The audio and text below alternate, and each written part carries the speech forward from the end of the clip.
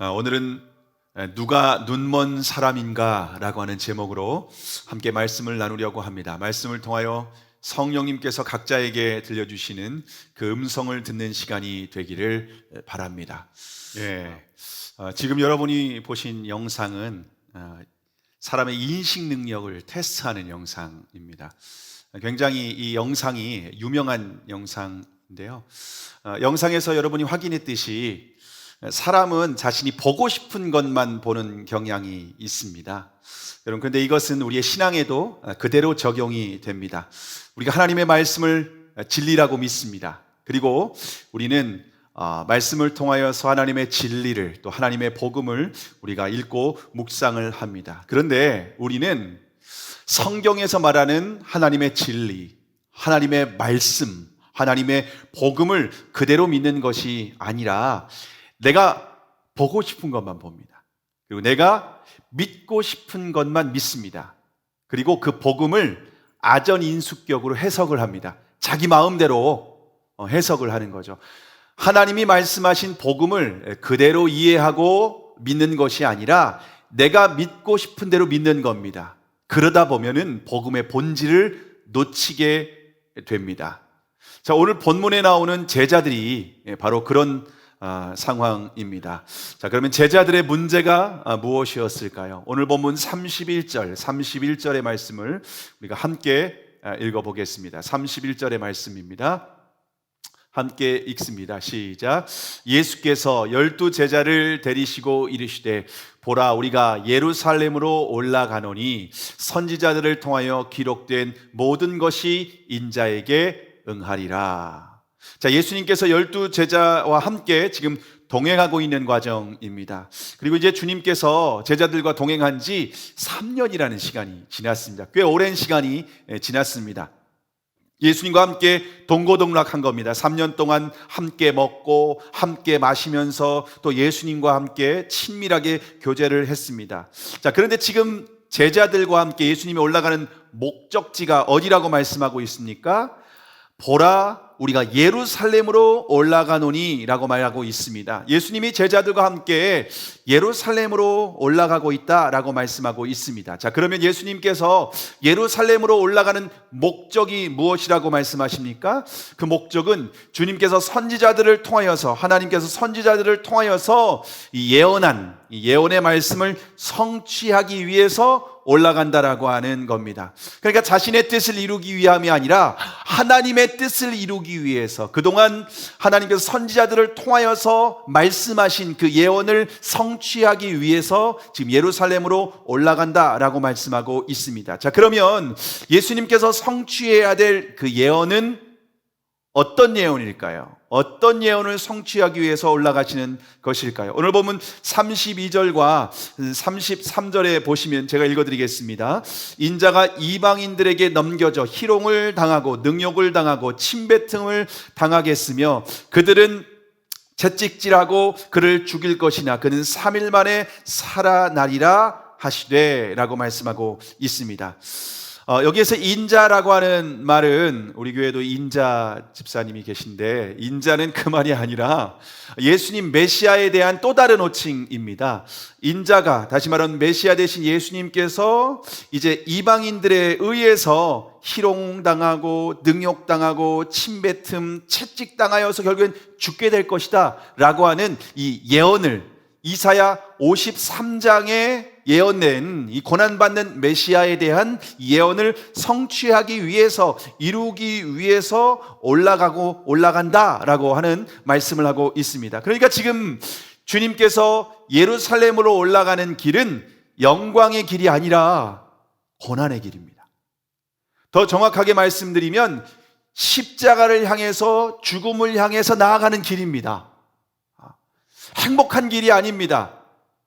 죽으러 가는 길입니다. 자, 그런데 죽음으로 끝나진 않죠. 3일 만에 살아나게 될 것이다 라고 하는 예언도 성취될 것입니다. 여러분, 만약에 메시아이신 예수님께서 부활이 없다면 우리의 구원자가 될 수 없습니다. 왜냐하면 우리의 죄와 죽음의 권세를, 우리에게 있는 죄와 죽음의 문제를 해결하시기 위해서 올라가는 건데, 십자가를 통해서 죄의 문제를 해결하셨다면은 이 부활을 통하여서 우리의 죽음의 문제를 해결하시는 것입니다. 근데 예수님은 죽으심으로만 끝난 것이 아니라 십자가에 죽으실 뿐만 아니라 다시 부활하신 줄로 믿습니다. 예수님은 예루살렘에 올라가서 십자가의 죽으심으로 말미암아 우리의 죄의 문제를 해결하셨고, 죽음에서 다시 부활하심으로 말미암아 우리의 인간의 죽음의 문제를 해결하신 줄 믿으시기를 바랍니다. 그래서 예수 그리스도께서 우리의 구원자이십니다. 예수 그리스도께서 우리의 주인이십니다. 하늘과 땅의 모든 권세를 가지신 만왕의 왕이시며 만주의 주이신 줄을 믿으시기를 바랍니다. 자, 이 예수님께서 제자들에게 예루살렘에 올라가서 죽으시고 다시 부활하신다라고 하는 이 말씀은 몇 번째 말씀인가 하면 세 번째 말씀입니다. 처음 말씀하신 게 아니에요. 지금 제자들에게 세 번씩이나 반복적으로 또 강조해서 지금 말씀하시는 겁니다. 사실 더 정확하게 말씀은 예수님은 이 일을 위해서 오셨다고 하거든요. 이게 예수님이 오신 목적이에요. 그래서 제자들에게 반복적으로 강조해서 말씀을 하셨습니다. 자, 그런데 제자들은 어떻게 반응을 합니까? 오늘 본문 34절입니다. 34절의 말씀을 함께 읽겠습니다. 시작. 제자들이 이것을 하나도 깨닫지 못하였으니 그 말씀이 감추었으므로 그들이 그 이르신 바를 알지 못하였더라. 여러분, 제자들은 처음 말씀하신 것이 아니라 세 번씩이나 강조해서 예수님이 말씀하셨는데 그 말씀이 무슨 말씀인지 하나도 깨닫지 못하고 있습니다. 전혀 깨닫지 못하고 있습니다. 여러분, 선생님이 학생에게 그렇게 강조해서 이거 중요하다, 내가 이거 너에게 꼭 알아야 된다, 이번에 수능 시험에 나온다 하는데 전혀 깨닫지 못하면 얼마나 답답하겠습니까? 자, 그런데 여기에서 감추었으므로, 이 말씀이 감추었으므로라고 말씀하고 있는데 하나님이 의도적으로 가리셨다는 것이 아닙니다. 제자들이 관심이 다른 것에 있었기 때문에, 다른 것에 관심이 있었기 때문에 전혀 깨닫지 못하고 있다는 겁니다. 보고도 못 보는 겁니다. 들어도 못 듣는 겁니다. 왜요? 다른 것에 관심이 있었으니까.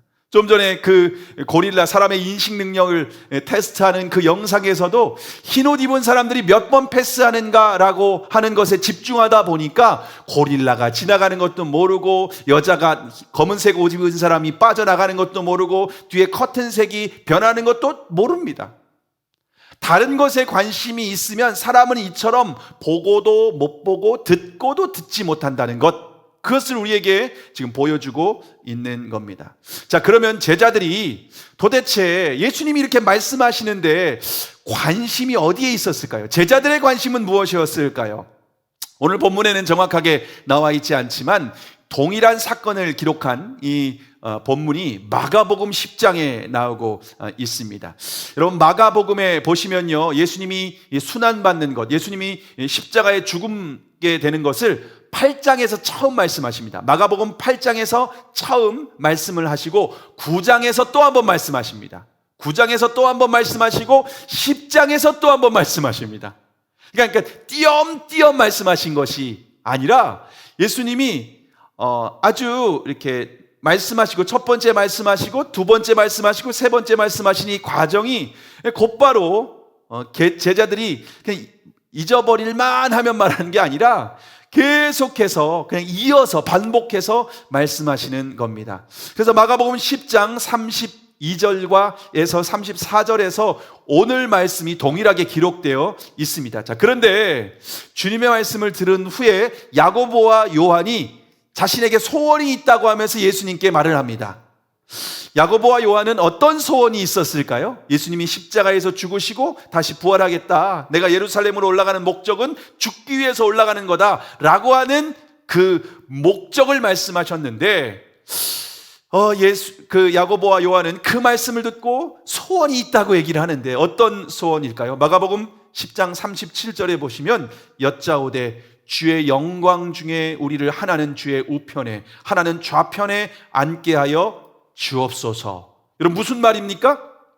지금 예루살렘으로 올라가시면 예수님이 분명히 왕권을 차지하실 거야. 권세를 얻게 되실 거야. 그러면 그때 하나는 우편에, 하나는 좌편에, 하나씩 우리 형제에게 이 권력을 좀 맡겨주십시오라고 청탁을 하고 있습니다. 마태복음에 보시면요, 어머니를 불러와서 청탁을 합니다. 또 그러니까 어머니까지 불러와서 우리 어머니가 우리 자식들이 예수님 위해서 이렇게 헌신하는데, 따라가는데 꼭 좋은 자리 부탁하겠습니다 라고 지금 어머니까지 동원해서 부탁을 하는 상황입니다. 우리나라도 지금 이렇게 정권이 이제 교체되는 그런 상황 가운데 있지 않습니까? 그래서 이제 당선인이 이제 곧 이제 권력을 갖게 될 것입니다.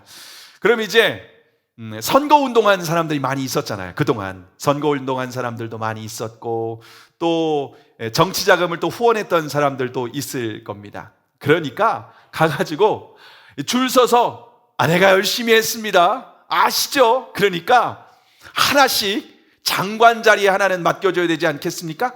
총리 자리에 맡겨줘야 되지 않겠습니까? 단일화를 했으니까 나에게 하나 좀 맡겨주셔야 되는 거 아닙니까? 여러분, 딱 그런 상황입니다 지금. 근데 예수님은 권세를 얻기 위해서 올라가는 것이 아니라고 말씀하십니다.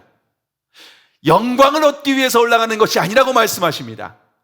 죽기 위해서 간다, 십자가에 죽기 위해서 나는 간다 라고 말씀하셨는데, 제자들은 전혀 관심 없습니다. 깨닫지 못합니다. 이해하지 못합니다. 오히려 그냥 한 자리 좀 해달라고 하는 그 마음밖에 없습니다. 여러분, 도대체 주님과 제자들 사이에 왜 이런 차이가 있을까요? 왜 이런 괴리감이 있을까요? 여러분, 제자들이 생각하는 메시아는 정치적인 메시아였습니다. 다시 말하면 강력한 권세를 가지고 로마의 이 정권 아래, 로마의 통치 아래서 우리를 구원해 주실 것을 기대했습니다. 그리고 자신들의 배고픈 빵의 문제, 경제적인 문제를 해결해 줄 것을 기대하고 있는 겁니다. 지금 이제 정권이 교체되면은 사람들이 집값 문제 해결해 주고, 또 북한과의 이 갈등의 문제 해결해 주고, 계속 미사일 쏘니까 이런 문제 해결해 주고, 또 경제적인 문제를, 경제적으로 많이 침체되어 있으니까 이걸 해결해 줄 것을 기대하고 있지 않습니까? 똑같은 겁니다. 예수님 당시에 있었던 제자들이 기대했던 메시아는 바로 그런 정치적인 메시아를 기대했습니다. 한마디로 나의 소원 성취를 해줄 수 있는 메시아, 내 문제 해결해 줄 수 있는 메시아, 그런 메시아를 기대하고 주님을 따라가고 있는 겁니다. 자, 그런데 예수님은 이 땅에 정치적인 메시아로 오신 것이 아닙니다. 로마의 권력을, 로마의 정권으로부터 사람들을 구원하기 위해서 오신 것이 아닙니다. 경제적인 문제를 해결해 주시기 위해서 오신 것이 아닙니다. 건강의 문제를 해결해 주시기 위해서 오신 것도 아닙니다. 자녀의 문제를 해결해 주시기 위해서 오신 것도 아닙니다. 왜 이 땅에 예수님이 이 땅에 오셨는가? 예수님은 어떤 메시아인가? 예수님은 죄와 사단의 권세로부터 우리를 구원하시기 위해서 이 땅에 오신 메시아인 줄을 믿으시기를 바랍니다. 그래서 예수님은 십자가에 죽기 위해서 올라가시는 거예요.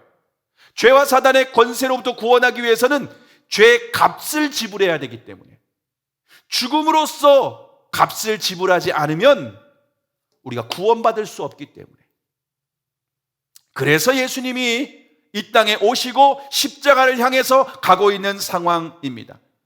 근데 제자들은 전혀 다른 관심사를 거기에 집중하고 있다 보니까 전혀 깨닫지 못하고 있습니다. 예수님과 제자들이 동상이몽입니다. 전혀 다른 그러한 기대를 가지고 따라가고 있다는 겁니다. 저와 여러분은 어떻습니까? 우리는 제자들과 같은 마음으로 주님을 따라가고 있지 않습니까? 죄로부터 구원해 주실 메시아가 아니라 정치적인 메시아를 기다리는 겁니다. 내 삶의 문제 해결해 주자. 주님, 나 지금 이 문제 해결해요. 이거 급해요. 당장 이걸 해내세요. 지금 뭐 하는 거예요? 졸고 있는 거예요? 내가 건강이 안 좋다니까요? 경제적으로 어렵다니까요? 내 지금 상황 아시잖아요. 인간관계가 얼마나 어려운지. 주님 뭐 하고 있는 거예요? 건강검진했는데 건강에 이상이 있대요. 지금 뭐 하고 있어요? 그 전에 미리 알려주시든가 치료해 주시든가 둘 중에 하나 해야 되는 거 아니에요? 여러분, 이처럼 주님이 오신 목적과 우리의 기대와 다를 때 어떻게 되는가? 실망하게 되어 있습니다. 실망하는 거죠. 제자들도 예수님 따라갔는데 기대와 다르니까 어떻게 합니까? 다 도망갑니다. 기대와 다르니까. 아니, 권력 얻는 거 아니었어? 로마의 정권을 뒤집어 엎고, 아니, 우리 지금 해방시켜주는 거 아니었어? 아니네. 아니, 무슨 말이야? 이 십자가에 죽는다고? 도망갑니다. 그러니까 그 중에 가룟 유다는, 야, 내가 3년 동안 허비했다. 그러면 팔아 넘겨서라도 돈이라도 벌자. 그래서 은 30냥이라도 챙긴 게 바로 가룟 유다입니다. 여러분, 저와 여러분이 예수님을 따라갈 때, 예수님을 믿는다고 할 때 내가 가진 전제를 내려놔야 됩니다. 그럴 때 비로소 복음이 들리게 되는 겁니다. 아무리 오랜 시간 동안 예수님 믿고 교회를 다니고 따라다녔다고 해도 여러분 상관없습니다. 제자들 3년 동안 따라다녔다니까요. 3년 동안 제자 훈련 받았습니다. 먹고 마시면서 기적도 보고 말씀도 듣고 죽은 자가 살아나는 것도 보고, 그런데 자신이 가지고 있는 이 전제가 너무 강하니까 듣지 못하는 거예요. 깨닫지 못하는 거예요. 보지 못하는 거예요. 자, 그러면 주님께서 예루살렘으로 올라가는 길에 누구를 만나십니까? 오늘 보면 35절의 말씀입니다. 35절을 함께 읽겠습니다. 시작. 여리고에 가까이 가셨을 때 한 맹인이 길가에 앉아 구걸하다가. 자, 예수님께서 예루살렘으로 가는 길에 여리고를 통과하시는 상황입니다. 근데 여리고 근처에 갔을 때 한 맹인이 기다리고 있었습니다. 자, 근데 이 맹인은 어떤 상황인가 하면은요, 길에서 앉아서 구걸하며 살아가는 사람입니다. 여러분, 얼마나 비참합니까? 앞을 볼 수 없이 태어났다라고 하는 것도 너무나도 절망적인데 부모가 버렸던 겁니다. 그래서 길거리에서 구걸하면서 하루하루를 연명하며 살아가고 있는 상황이라고 하는 겁니다. 가장 비참한 사람입니다. 너무나도 절망적인 사람입니다. 자, 그런데 이런 그 맹인에게 앞을 볼 수 없지만 굉장히 예민하게 발달한 기능이 있었는데 바로 청각 기능입니다. 왜냐하면 그래야 소리로라도 듣고, 보지 못하면 소리라도 듣고 상황과 문제를 어떤 파악을 해서 반응할 수 있기 때문입니다. 그래서 여러분, 이 맹인은요, 소리에 굉장히 민감한 사람이었습니다. 아주 작은 소리에도 정확하게 분별을 하고 반응할 수 있는 사람이었습니다. 자신이 가진 깡통에 10원짜리가 떨어지는지 100원짜리가 떨어지는지 500원짜리가 떨어지는지 소리만 들어도 다 알 수 있습니다. 누군가가 딱 던져줬는데, 야, 500원이다. 오늘 행제했다. 오늘 밥값 해결했다. 이런 지금 그 소리로 정확하게 분별할 수 있는 상황입니다. 자, 그런데 이 맹인은 동전 소리보다 더 기쁜 소리가 있었습니다. 그 소리가 어떤 소리인가 하면 바로 메시아에 대한 소식이었습니다. 왜냐하면 이사야서 42장 6절에서 7절에 보시면, 나 여호와가 의로 너를 불렀은즉 내가 내 손을 잡아 너를 보호하며 너를 세워 백성의 언약과 이방의 빛이 되게 하리니 내가 눈먼 자의 눈을 밝히며 갇힌 자를 옥에서 이끌어내며 흑암에 앉은 자를 감방에서 나오게 하리라. 이게 메시아에 대한 예언이거든요. 이게 메시아가 오시면 눈먼 자가 밝히 눈을 뜰게 될 거라는 겁니다. 그 갇힌 자가 감옥에서 풀어나게 될 것이다라고 하는 겁니다. 그리고 흑암에 있는 자들이 이 빛 가운데로 나오게 될 것이다 라고 하는 메시아에 대한 예언이 있었는데 그 예언을 믿고 있었습니다. 그래서 메시아가 오시면 내가 눈 뜰 수 있다, 이 믿음을 가지고 기다리고 있었던 겁니다. 그래서 하루하루 살아가는 목적이 무엇이냐면요, 메시아가 올 때까지 기다리는 겁니다. 메시아가 오기만 하면은 나 문제 해결할 수 있어. 메시아가 오기만 하면, 메시아를 만나기만 하면은 나 눈 뜰 수 있어. 그걸로 하루하루 먹고 살아가는 목적이 바로 그겁니다. 메시아를 만난다. 메시아를 기다린다. 메시아 만나면 내 문제 해결한다. 이게 맹인이 가진 삶의 목적이었습니다. 메시아 만나는 겁니다. 자, 그러던 어느 날 무리가 막 지나가는 소리가, 웅성웅성하는 소리가 들립니다. 그러니까 이 청각이 발달했으니까 이거는 예사로운 일이 아니라고 느꼈던 겁니다. 그래서 사람들한테 물었던 겁니다. 도대체 무슨 일이요? 도대체 왜 그래요? 라고 하면서 물었던 겁니다. 그러니까는 사람들이 나사렛 예수께서 지나가신다 라고 하는 소리를 듣게 됩니다. 여러분, 근데 여기에서 나사렛 예수라고 하는 말은요, 예수님을 경멸하는 단어입니다. 이것은 긍정적인 말이 아니라 예수님을 비하하는 부정적인 말입니다. 나사렛에서 무슨 선한 것이 나갔어? 아니, 그가 그런 시골에서 메시아가 난다고? 에이, 그럴 일 없어, 그럴 일 없어. 라고 하는 예수님에 대해서 부정적인 말이 바로 나사렛 예수라고 하는 말입니다. 자, 그런데 이 맹인이 나사렛 예수라고 하는 말을 듣고 뭐라고 외칩니까? 오늘 보면 38절입니다. 38절의 말씀을 우리가 함께 읽겠습니다. 시작. 맹인이 외쳐 이르되 다윗의 자손이여 나를 불쌍히 여기소서 하거늘. 자, 맹인은 나사렛 예수라고 하는 말을 들었습니다. 그런데 나사렛 예수라고 외친 것이 아니라 다윗의 자손 예수여 라고 외치고 있습니다. 여러분, 근데 여기 누가복음에서 다윗의 자손 예수여 라고 하는 말이 처음 등장하는 상황입니다. 그 말을 제일 처음으로 고백한 사람이 누군가 하면 바로 이 맹인입니다.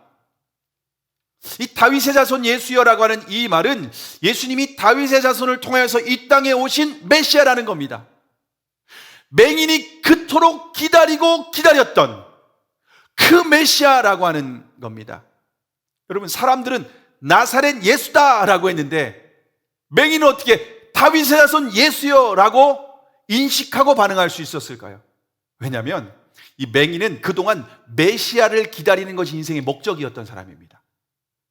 그러니까 메시아에 대해서 묵상을 하고 메시아에 대해서 사람들이 기동량이지만 하는 얘기를 들었던 거고, 메시아에 대해서 어떤 분이신지 오랫동안 연구하고 묵상하고 고민하고 기다리고 했기 때문에 나사렛 예수님께서 하시는 소문을 들어보니까 다윗의 자손으로 오시는 그 메시아가 하시는 일을 그대로 하고 있는 거예요.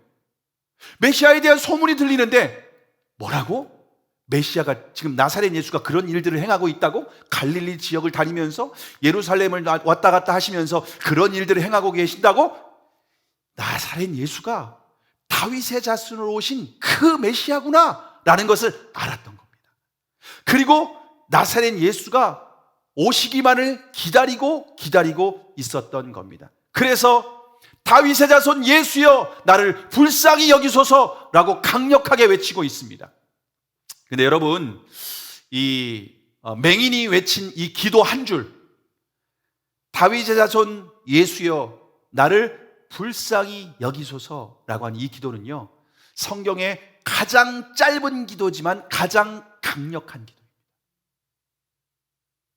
가장 짧은 기도이지만 가장 응답이 확실한 기도입니다. 여러분, 맹인의 기도를 통해서 우리가 알 수 있는 것이 무엇입니까? 맹인의 기도에 보면은 맹인은 두 가지를 알고 있었습니다. 첫 번째, 예수님에 대한 인식이 명확했습니다. 그리고 두 번째는 자신에 대한 인식 또한 정확했습니다. 예수님에 대한 인식과 자신에 대한 인식, 이 두 가지가 명확한 사람이 바로 맹인이었습니다. 그래서 예수님에 대한 인식이 정확했기 때문에 다윗의 자손 예수여라고 고백했던 겁니다. 그리고 자신에 대한 인식이 정확했기 때문에 나를 불쌍히 여기소서. 나는 불쌍한 존재입니다. 비참한 존재입니다. 메시아가 아니면은 내 문제 해결을 받을 수 없는 그런 존재입니다. 나를 불쌍히 여겨주세요. 여러분, 이 맹인이 구원받게 된 것은 예수님에 대한 인식과 자신에 대한 인식이 정확했기 때문에 구원받게 된 줄로 믿으시길 바랍니다. 여러분, 지난주에 우리가 부자 관원과 제가 삭개오에 대한 얘기를 비유로 설명했는데, 비교해서 설명했는데 기억이 나십니까? 부자 관원은 예수님께 나왔지만 은혜를 받지 못했습니다. 그런데 삭개오는 예수님께 나와서 은혜를 받았습니다. 두 사람의 결정적인 차이가 무엇이라고 말씀드렸습니까? 부자는 예수님을 메시아로 인식한 것이 아니라 선한 선생님으로 인식을 했습니다. 뿐만 아니라 부자는 자기 자신에 대해서 의로운 사람이라고 착각하고 있었습니다. 반면에 삭개오는 예수님을 주님으로 메시아로 인식할 뿐만 아니라 자신은 구원받아야 될 버림받은 죄인이라고 생각을 했습니다. 그래서 부자 관원은 은혜를 받지 못하고 삭개오는 은혜를 받고 구원받은 줄을 믿으시기를 바랍니다. 이것이 구원받는 사람의 결정적인 차이입니다. 예수님에 대해서 어떻게 인식하는가, 자신에 대해서 어떻게 인식하는가. 여러분은 어떻습니까? 여러분은 예수님에 대해서 어떻게 인식하십니까? 그리고 자신에 대해서 어떻게 인식하십니까? 성경은 분명히 모든 인간이 태어날 때부터 죄인으로 태어난다고 말하고 있습니다. 이걸 좀 더 정확하게 말하면요, 영적인 장애를 가지고 태어나는 겁니다. 하나님을 떠나서 길가에 버려진 고아와 같은 존재입니다. 하나님을 떠난 존재입니다. 그런데 문제는 인간이 죄와 사단의 종로로 타면서 사단의 앵벌이 노릇을 하며 살아가고 있습니다. 깡통을 들고 다니면서 어떻게 하면 먹고 살까? 어떻게 하면 마실까? 어떻게 하면 살 수 있을까? 그래서 인간 사람들이 모든 관심과 고민이 뭡니까? 어떻게 먹고 살지? 어떻게 마시지? 어떻게 입지? 무엇을 먹을까? 무엇을 입을까? 무엇을 마실까? 인생의 유일한 낙이 뭔지 아십니까? 깡통이 채워지면 좋은 겁니다. 깡통이 채워져서 하루 내가 배불리 먹고 살 수 있으면 만족하고 불안해하고 걱정하지 않습니다. 통장 잔고가 채워지면 되는 거예요. 돈이 있기만 하면 된다고 생각하는 거예요. 근데 얼마나 어리석은지 몰라요. 자신들의 영원한 운명을 보지 못하고 깡통만 채워지면, 통장의 잔고만 채워지면 된다. 그렇게 살아가고 있습니다. 인간의 영적인 눈이 가려져 있는 거예요. 자신의 영원한 운명을 보지 못합니다. 자신의 미래를 보지 못합니다. 부자처럼 창고를 쥐고 가득 쌓아놓으면, 야, 내 영혼아, 이제 평안해라, 행복해라, 걱정 없다. 근데 주님이 그 영혼을 그날 데려가십니다. 여러분, 우리는 예수님에 대한 인식과 자신에 대한 인식이 명확하십니까? 혹시 자신에 대해서 착각하고 있지는 않습니까? 예수님이 정치적인 메시아로 오셨다고 생각하고 있지는 않습니까? 제자들과 같이. 그렇다면 따라다녀도 결국엔 도망가게 되어 있습니다. 실망하게 되어 있습니다. 자, 그러면 맹인의 외침에 예수님께서 어떻게 반응하셨을까요? 오늘 본문 39절입니다. 39절의 말씀을 함께 읽겠습니다. 시작. 앞서 가는 사람들이 그를 꾸짖어 잠잠하라 하되 그가 더욱 크게 소리질러 다윗의 자손이여 나를 불쌍히 여기소서 하는지라. 자, 맹인이 외쳤는데 예수님이 어떻게 하셨습니까? 침묵하십니다. 못 들은 채 하셔요. 뿐만 아니라 주변에 있는 사람들이 어떻게 합니까? 잠잠해라, 너 좀 조용히 좀 해, 아 시끄러워. 그럼에도 불구하고 이 맹인이 포기하지 않습니다. 더욱 크게 소리 지릅니다. 다윗의 자손이여 나를 불쌍히 여기소서, 다윗의 자손이여 나를 불쌍히 여기소서. 아무리 주변에서 막 핍박을 해도 포기할 수 없습니다. 왜냐하면 내 인생에 찾아온 저러의 찬스이기 때문에, 기회이기 때문입니다. 이 기회를 절대로 놓칠 수 없기 때문입니다. 근데 여기에서 오늘 본문에는 맹인이 두 번 외친 게 나오죠. 근데 이 시제를 보면은요, 과거 미완료 시제로 되어 있습니다. 이건 무슨 말이냐면요, 두 번이 아니라 반복적으로 계속해서 외쳤다는 겁니다. 자, 그러면 왜 예수님이 이 맹인의 이 부르짖는 소리에 외면하고 계실까요? 왜 침묵하고 계실까요? 그 이유를 아셔야 됩니다. 지금 제자들은 3년 동안 주님과 동거동락하고 있습니다. 함께 동행하고 있습니다. 기적을 받습니다. 제자 훈련을 받았습니다. 예수님이 어떤 분이신지 구체적으로 보여주셨습니다. 그런데 전혀 깨닫지 못하고 있어요. 예수님이 누구신지 몰라요. 예수님이 왜 이 땅에 오셨는지 말씀하시고 그 뜻을 이루기 위해서 예루살렘으로 올라가고 있는데 깨닫지 못해요. 그런데 맹인은 달라요. 예수님과 함께 제자 훈련을 받지도 않았고 예수님의 기적을 보지도 않았습니다. 근데 예수님을 소리만 듣고도 다윗의 자손이다, 그리고 내 문제를 해결해 줄 수 있는 분이시다, 왜 이 땅에 오셨는지 다 정확하게 알고 있습니다. 그래서 주님은 맹인이 외치는 소리를 듣고 제자들, 눈은 떴다고 하지만은 보지 못하고 듣는다고 하지만 듣지 못하는 제자들이 깨닫기를 원하셨던 겁니다. 그래서 맹인이 계속 외치지만 주님 겉으로는 침묵하셨지만 속으로는 너무 기뻐하셨습니다. 어떻게 맹인이 나를 알아볼 수 있다는 말인가?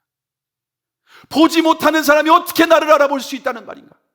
제자들은 눈 뜨고도 나를 알아보지 못하고, 제자들은 듣고 있는데도 깨닫지 못하고, 3번이나 말했는데, 제자 훈련을 3년 동안이나 했는데, 내가 먹고 마시고 동고동락하고 있는데 제자들은 모르는데 맹인은 어찌할 수 있다는 말인가? 뿐만 아니라 주님을 따르는 수많은 무리가 이 맹인의 소리를 듣고 깨닫기를 원했던 겁니다.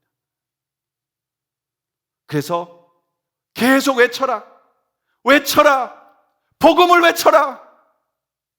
그게 예수님의 마음이었습니다.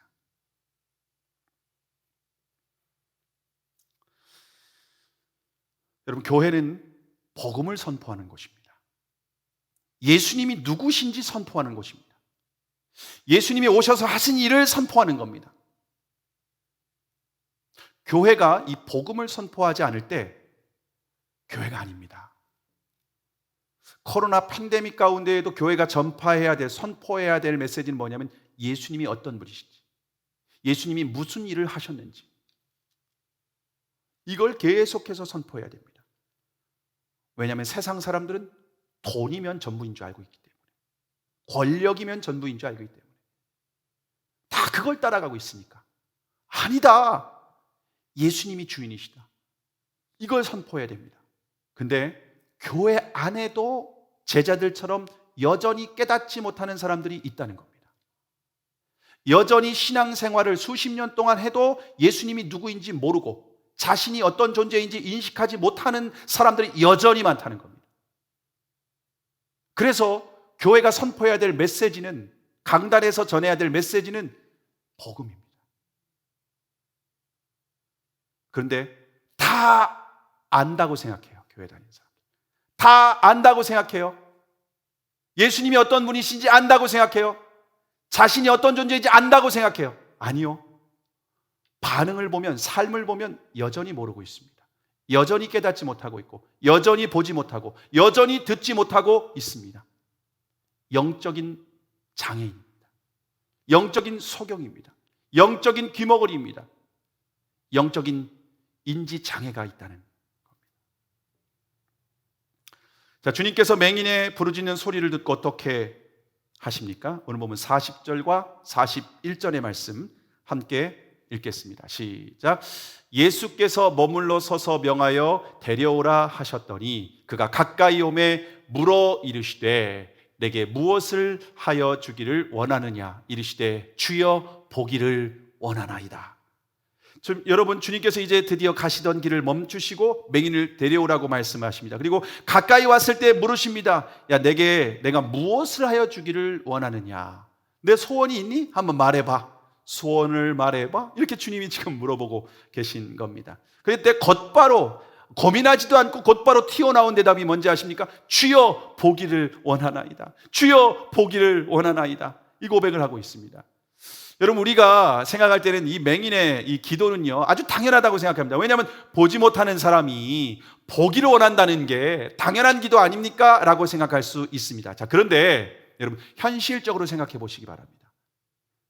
맹인이 보기를 원한다는 것을 꿈에도 꿀 수 없는 일입니다.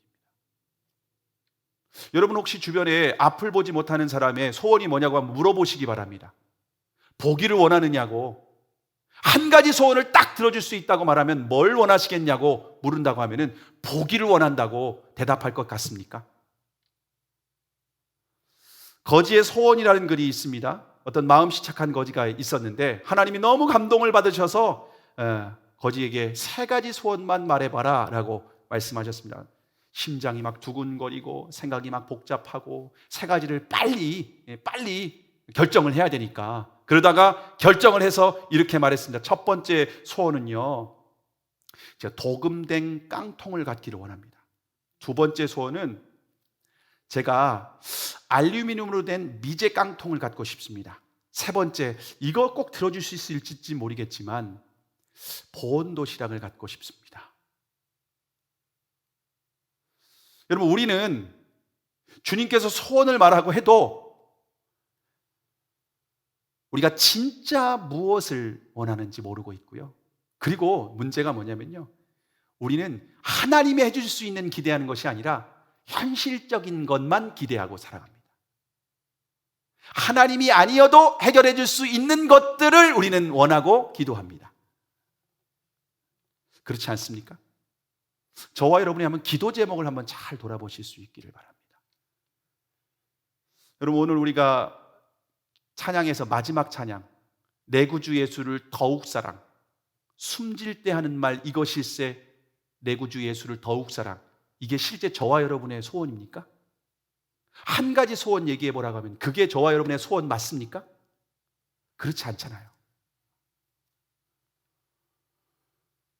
솔로몬은요, 한 가지 소원 딱 알게 듣기를 원합니다. 듣는 마음을 허락해 주세요. 이렇게 솔로몬은 기도했습니다.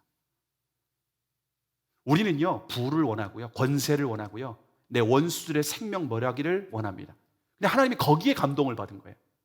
야, 너는 이런 것들을 구할 수 있는데 듣는 마음, 하나님의 음성을 듣는 마음을 원한다고? 감동을 받으십니다.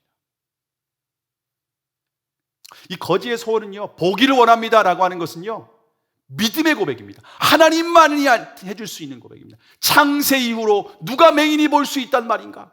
근데 메시아이신 주님은 해줄 수 있다. 내 근본적인 문제 해결해 줄 수 있다. 이 기도는요, 엄청난 고백입니다. 엄청난 믿음입니다.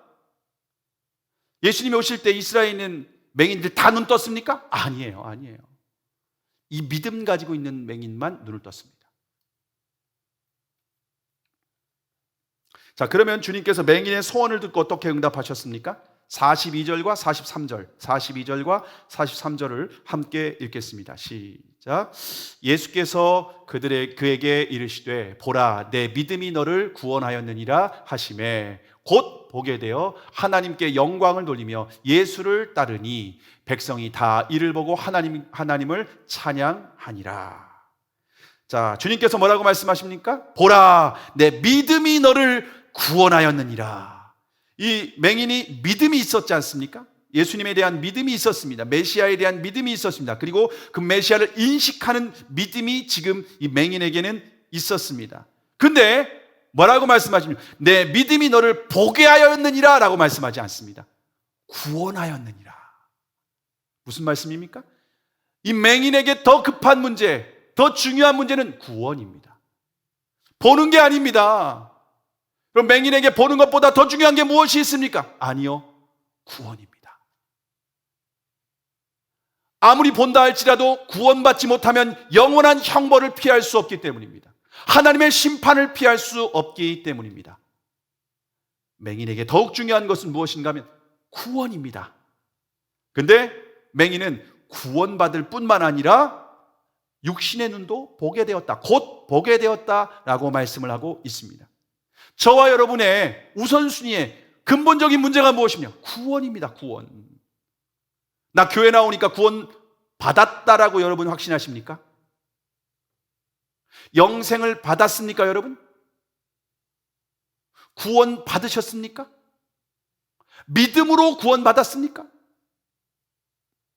우리가 인간에게 가장 시급한 문제, 가장 근본적인 문제, 반드시 해결해야 되는 문제, 눈 뜨지 못해도, 가난하게 살아도, 내 질병 고치지 못해도, 내 자녀가 좋은 대학 못 들어가도, 내 사업에 망해도 반드시 해결해야 될 문제가 무엇인가? 구원입니다.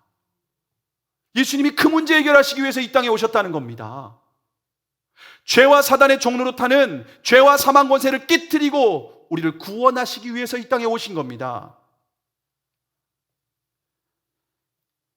여러분, 우리의 삶의 가장 근본적인 문제, 구원이라는 겁니다. 근데 제자들은 3년 동안 따라다녔는데 구원받지 못했습니다. 몰라요.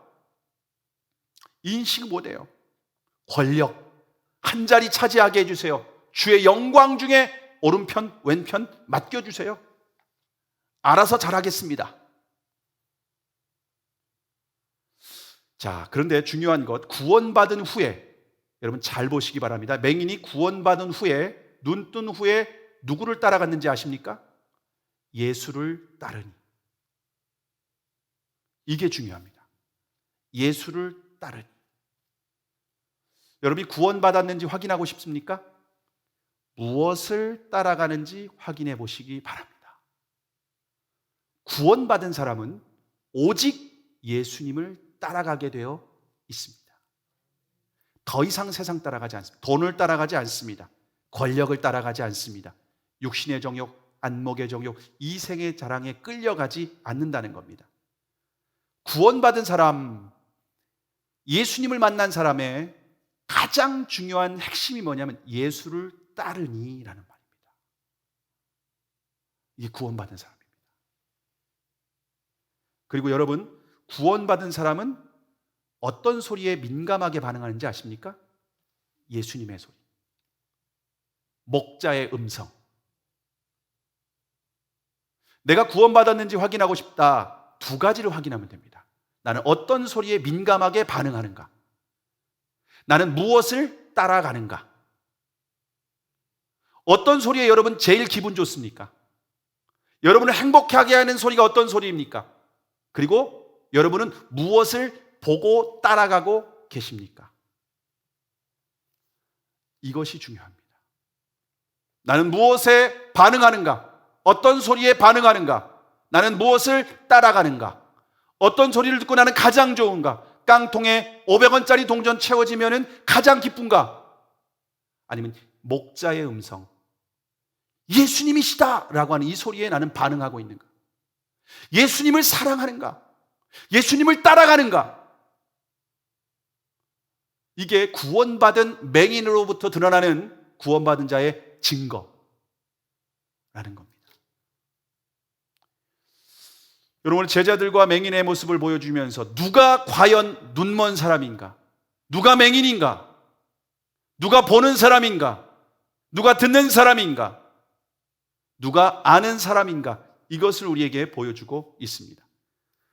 마태복음 13장 14절에 보시면 이사야의 예언이 저희에게 이루었으되 너희가 듣기는 들어도 깨닫지 못할 것이요 보기는 보아도 알지 못하리라. 봐도 모르라요. 들어도 깨닫지 못해요. 누가 그렇습니까? 제자들이 그렇습니다. 주님 곁에 있다고 하는 사람들이 그렇습니다. 3년 반 동안 따라다닌 제자들이 그렇습니다. 그럼 교회 안에는 어떨까요? 나 신앙생활에서 몇 년 동안 신앙생활했습니다. 제자 훈련 받았습니다. 직분을 받았습니다. 그런데 여러분, 어떤 소리에 민감하십니까? 무엇을 따라가고 계십니까? 혹시 제자들과 같이 다른 관심을 갖고 다른 목적을 가지고 주님 따라가고 있지 않습니까? 정치적인 메시아야, 이분 따라가면 한 자리 차지할 수 있어. 어떤 소리를 듣고 따라가고 계십니까? 무엇을 따라가고 계십니까? 요한복음 10장 27절에 이렇게 말씀하십니다. 내 양은 내 음성을 들으며 나는 그들을 알며 그들은 나를 따르리라. 내 양, 주님께 속한 사람, 구원받은 사람, 영생을 얻은 사람, 하나님 나라의 백성의 특징은 내 양은 내 음성을 들으며 주님의 음성을 듣는 겁니다. 그리고 그들은 나를 따르느니라. 지금 이것이 맹인에게 나타났습니다. 맹인은 주님의 음성을 듣고 주님을 따라가고 있습니다. 누가 눈먼 사람입니까? 누가 눈뜬 사람입니까? 여러분은 눈뜬 사람입니까? 아니면 눈먼 사람입니까? 여러분 어떤 소리에 반응하십니까? 세상에서 어디 아파트값 올랐다. 어디 땅값 올랐다. 직업적으로 가신 분들은 그런 거에 관심을 가져야 돼요. 우리 교회 부동산 하시는 권사님들 이런 소리 들어야겠죠. 근데 나를 기쁘게 하는 소리는 무엇인가? 나는 무엇을 따라가고 있는가? 자녀들이 어떤 전공을 해야 돈을 많이 번다더라. 결혼을 잘한다더라. 좋은 직업을 얻는다더라. 다 돈이 기준이 돼 있어요. 돈 많이 버는 해야 되니까 공부 잘해야 돼요. 다 그 기준이라니까요. 무슨 소리에 어떻게 반응하십니까? 무엇을 진짜 따라가고 계십니까? 정말 우리는 구원받은 사람입니까? 오늘 맹인의 모습을 보고 우리 자신의 영적인 상태를 점검해 보실 수 있기를 바랍니다. 우린 주님을 정확하게 인식하고 있는가? 자신에 대한 정확한 인식이 있는가? 오늘 자신에 대한 영적인 눈을 주님이 열어주셔서 저와 여러분이 주님을 바로 보고 주님의 음성을 듣고 주님을 따라가는 구원받은 저와 여러분이 되기를 주님의 이름으로 축복합니다. 기도하시겠습니다.